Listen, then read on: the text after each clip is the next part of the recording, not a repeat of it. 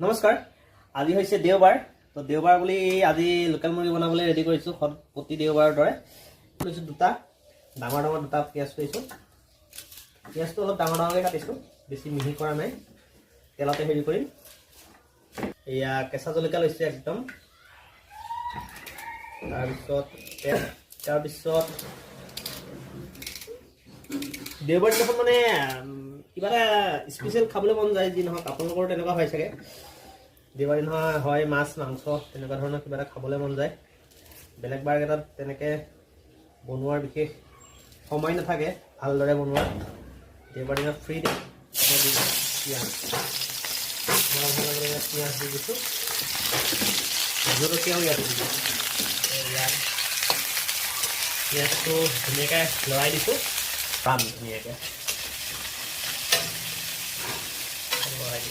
লৰাই দিম এটা পিঁয়াজটো অলপ ব্ৰাউন হ'লে মানে আমি মাংসটো দি দিম এতিয়া মই মাংসটো দি দিছোঁ মাংস ল'লোঁ এটা 600 গ্ৰামৰ মুৰ্গী আমাৰ ইয়াতে হৈছে লোকেল মুৰ্গীৰ 350 দাম লাহেকৈ দাম বাঢ়িব এতিয়া জানুৱাৰী পাব 31 ডিচেম্বৰৰ পৰাতো বস্তু কিনিব নোৱাৰা 200 দাম হ'ব এয়া একদম পিয়'ৰ লোকেল গাঁৱৰ ঘৰত ব্যৱহাৰ হেৰি কৰা ঘৰত পোহা মুৰ্গী ফাৰ্মৰ মুৰ্গী নহয় খুব ভাল লাগে খাই মই মানে লগে লগে দি দিওঁ বুলি ভাবিছোঁ আমাৰ কেমেৰা দুটামান লাগে দুটা এংগলৰ পৰা দুটা কেমেৰা লাগে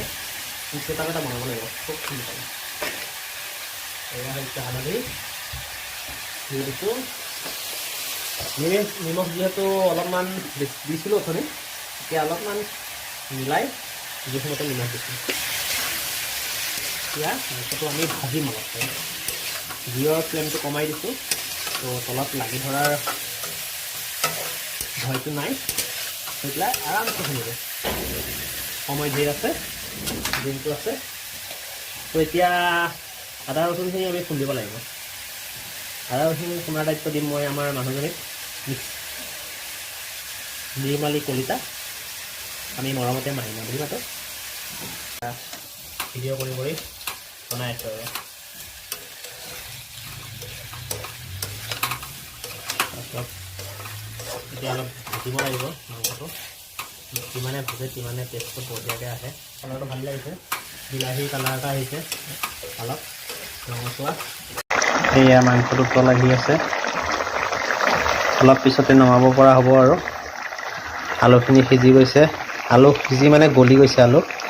খুব ধুনীয়া এটা কালাৰ আহিছে খুব ধুনীয়া এটা চেণ্ট আহিছে বঢ়িয়া লাগিব